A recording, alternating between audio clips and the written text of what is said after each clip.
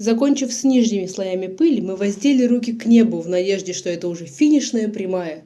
Но от небес нас отделял слой пыли сверху. Печальным взглядом на меня с потолка смотрели советские плафоны в километровом слое черной грязи. Мало того, что он похож на улей, так он еще и тяжелый, как чугунный мост.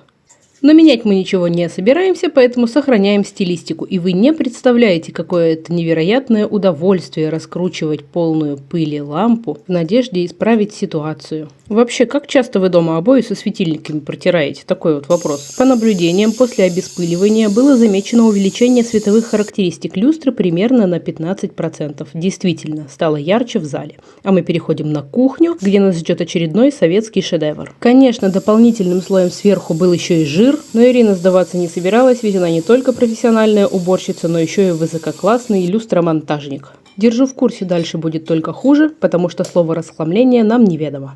Чао, какао!